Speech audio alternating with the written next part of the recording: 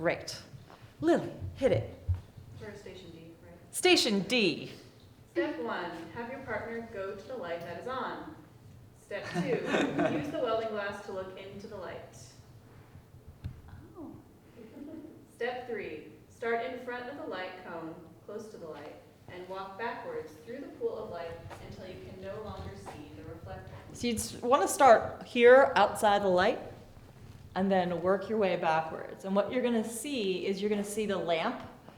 And then eventually when the lamp is right in the middle, that is the hot spot of the light. That is where the brightest light is. And you're going to keep walking backwards.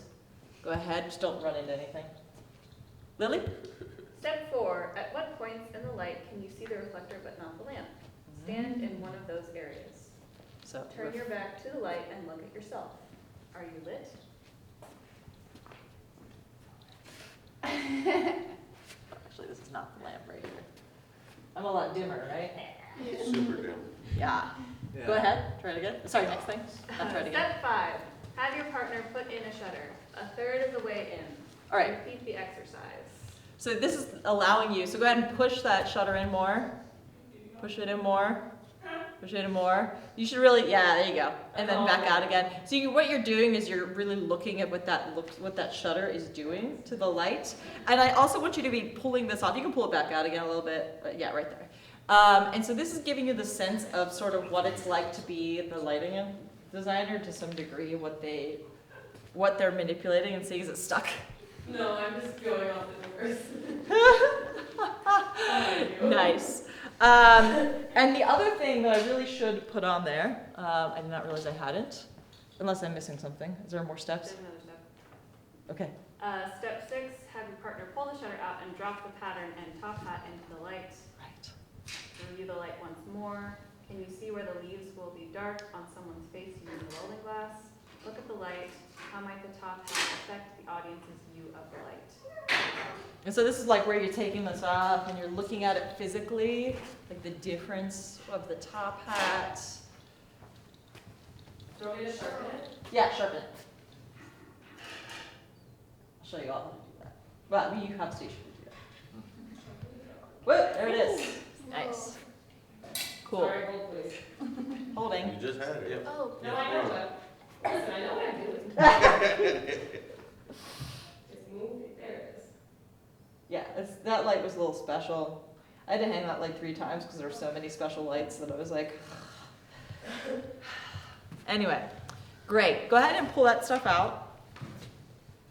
One of the things I also want you to do is find the very center of the light where the lamp is right in the middle. And I want you to look around you because right now this is where the brightest spot is. I think people in general think that the brightest part of the light is right wherever the middle of the field is, but that's not the case. So I want you to sort of think about your assumptions and then test them out, right? Because this is, you can barely see the lamp at the edge of the light, whereas, and it's because it's at a more shallow angle, right? So the light beam is fanning at an angle rather than being, like if we were to tip it down, the actual bright spot would be more closer to what looks like the middle of the light.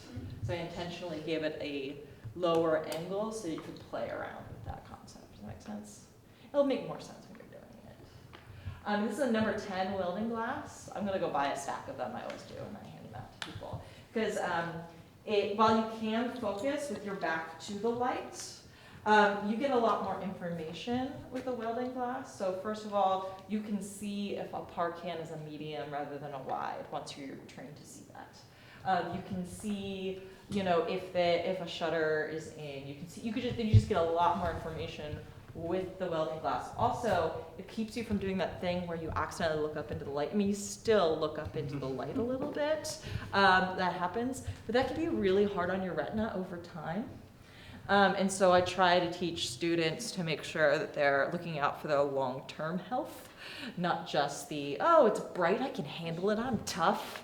Yeah, until you're 40 and you're blind, okay? Great. Scene.